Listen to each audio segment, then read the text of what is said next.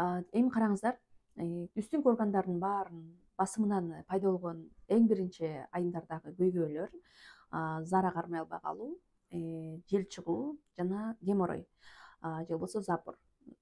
Арткы булчуңдардагы эгерде арткы булчуңдарда дагы алсыздыктан ичегилер да негизи булчуңдардан турат го. Бул арткы түз ичеги дагы алсыз болгондон мындай заң дагы туруп калат көбүнчө. Толук сыртка чыгып кетүүдө сөзсүз көйгөй жаратылат. Ошол эле кезде булчуңдардын алсыздыгынан геморрой болушу мүмкүн. Ал эми биздин деген жатын же болбосо кын булчуңдары алсыздыктан бул жакта кеңейүү пайда болот да. Мындай айтканда бош болгондо булчуңдар бошошуп кеңейүү пайда болот. Ал эми таарыстын негизги баягы уретра бул сийдик чыкчу канал алсыздык болгондо бул жакта болсо заара чыгып кетүү. Эми жел чыгуу көп айымдарда, мисалы бойдок кыздарда, бизге көп кайрылган кыздар, мисалы бойдок кыздар же болбосо төрөгөндөн кийинки айымдар же болбосо төрөгөн учурда деле жаңы турмушка чыкканда, отурганда турганда же болбосо жыныстык катнашта аба чыгат деп бизге кайрылган кыздар аябай көп да. Ал аба бизде кандайча чыгат? Көпчүлүгү айтуусу мүмкүн, мисалы аба чыгуу балким норма деп. Эч кандай норма эмес, кыздар. Бул алдыңкы жыныс булчуңдардын боштугунан ушундай аба чыгат. Мисалы биз муну мына бул жер деген шейка, кыздар. Бул биздин жатын. Бул деген биздин турбаларыбыз. Бул деген биздин кын. Бул эркектин мүчөсү кирчү кын. Көрүп атасыздар, так ушул жер. Эми караңыздар, бул жерде деген булчуң бошоп кеткенден, боштуктан аба туруп калат да. Аба туруп калат да, так ошол аба отуруп турган кезде мындай бир ыңгайсыздык туудурушу мүмкүн да. Аба чыгып кетүүсү мүмкүн. Жыныстык катнаш учурунда дагы ушул булчуңдардын алсыздыгынан аба туруп калат дагы. Ал боштуктан, мисалы член кирген кезде боштуктан быркылдап аба чыгып туруусу мүмкүн. Бул норма эмес. Бул эгерде жыныс булчуңдарда боштук бар болсо, андан кийинки этапта эгер боюнда болсо дагы, анда сөзсүз угроза болот. Себеби булчуң, алдыңкы жыныс эле булчуңдар алсыздабайт. Алсыздаганда жатын, шейка баары алсыздайт дагы. Кийинки очередте бул матка ылыйга түшөт дагы. Андан кийин шейка дагы ылыйлап, ошо менен матка сыртка чейин чыгып кеткен учурлар бар. Кээ бир кыздар, көбүнчө бизге кайрылган кыздарда колмой илешип атат. Же болбосо стенкасынын опушениясы бар. Стенкасы дагы катуураак болуп колго илешип атса, анда стенканын опушениясы бар. Көбүнчө ушул булчуңдардын боштугунан ушундай сыяктуу жатындын ылый болуусу же болбосо стенкалардын ылый түшүүсү же болбосо абанын чыгуусу деген сыяктуу оорулар ошол боштуктан гана пайда болот. Аны сиздер интимдик гимнастика менен так бул булчуңдардын баарын калыбына келтирип, бала көтөрүүгө дагы өзүңүздөрдү мындай даярдай аласыздар да. Көбүнчө интим гимнастика жасаганда, мисалы кээ бир кыздар айтышат да, төрөгөнгө даярданып биз интим гимнастика жасасак болобу дейт. Интим гимнастиканы жасасаңыздар, боюңуздарда болгондон кийин таптакыр болбойт. Боюңуздарда болгонго чейин кын булчуңдары эгер аба чыгып аткан болсо же болбосо кургактык болуп аткан болсо, анда сөзсүз алдын ала даярданышыңыздар керек. Эгер алдын ала интимдик гимнастика жасап жүргөн болсоңуздар, анда боюңуздарда бар учурда да жасасаңыздар болот. Эгерде жасабаган болсоңуздар, анда таптакыр жасаганга болбойт. 3 айдан кийин жасаганга болот. Анда дагы угроза болбосоңуздар. Бизде көбүнчө азыркы учурда 90%дан ашык айымдарда угроза бар. Ошондуктан аларда сөзсүз андан кийинки этаптагы коркунучтуу нерсе бул булчуңдардын бошоп кеткенинен чойлуу начар болуп калат да, чойлбай калат дагы.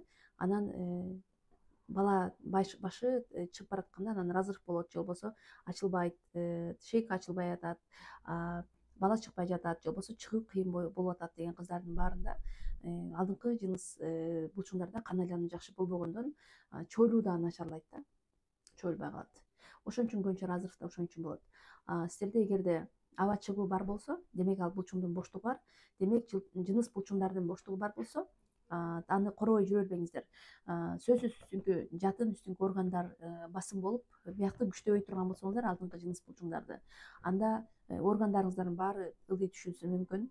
Ошол эле кезде бала көтөрүүгө жарабай калышы мүмкүн.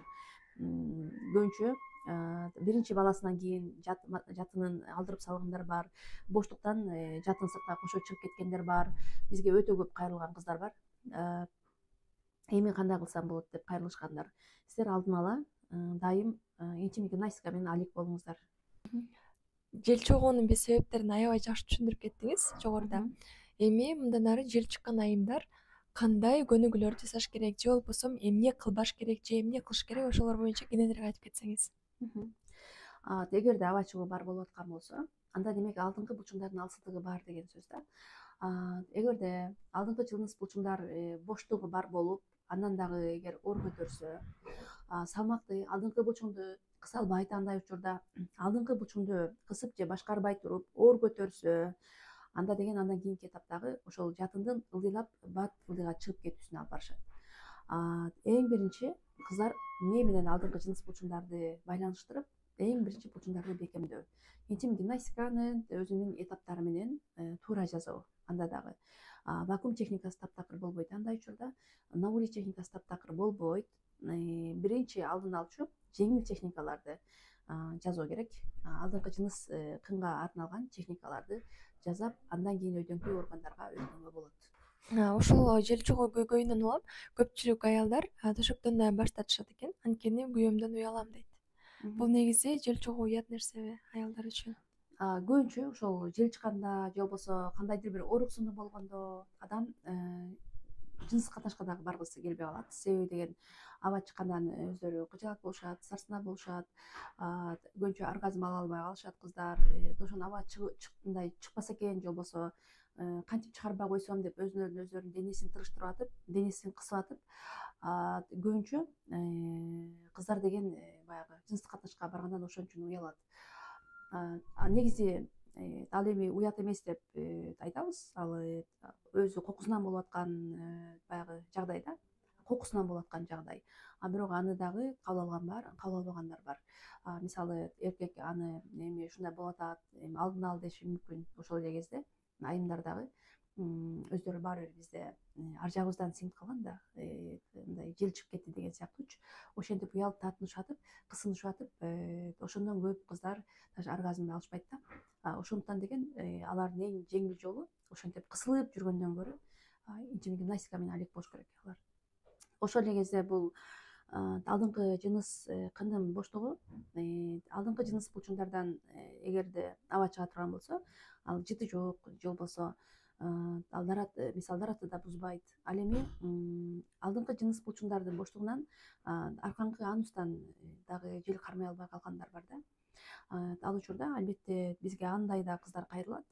Арка тараптан дагы кармай албай атам.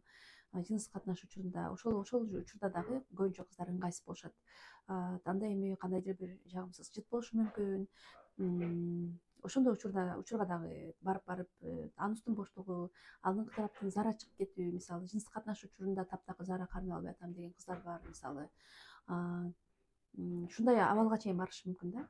Ошон үчүн бул ушунчалык даражага чейин жеткирбей, интимдик гимнастика менен алек болуп, мунун баарын алдын алса болот. Бул жел чогуу көйгөйүнөн өмүр бою арылса болобу, же жел чогуу кайталанып турушу мүмкүнбү жашоосунда? Жок, bundan арылса болот. Арылыш үчүн, толук арылуу үчүн өздөрүнүн дагы иммунитети менен да иштөө керек. Андан кийин баардык органдарды кыймылдатуу, мисалы фитнес жасоо, ушундай сыяктуу өздөрү бир кандайдыр бир мындай басуу деген сыяктуу нерсе менен да алек болуу. Ал ички органдарда кыймылга келүү керек. Себеби сиңирүү жакшыруу керек. Биздин белокторго, булчуңдарга мындай күч беришибиз керек да. Белок жетиштүү болуу керек. Ошол учурда сиздер өмүр бою мисалы аба чыкпай, же болбосо жатын ылдыйлабай да жашап аткан кыздар бар. Менин оюмча аябай түшүнүктүү болду деп ойлойм көрөрмандарыбыз үчүн. Эгер жел чыккан айымдар болсо, ошол аркылуу интим гимнастикага келип машыгып кетсеңиздер болот. Албетте сиздер үчүн биздин ишигиз ар дайым ачык. Асира айым, сизге да түшүнүп бергениңизге чоң рахмат. Сизге дагы чоң рахмат.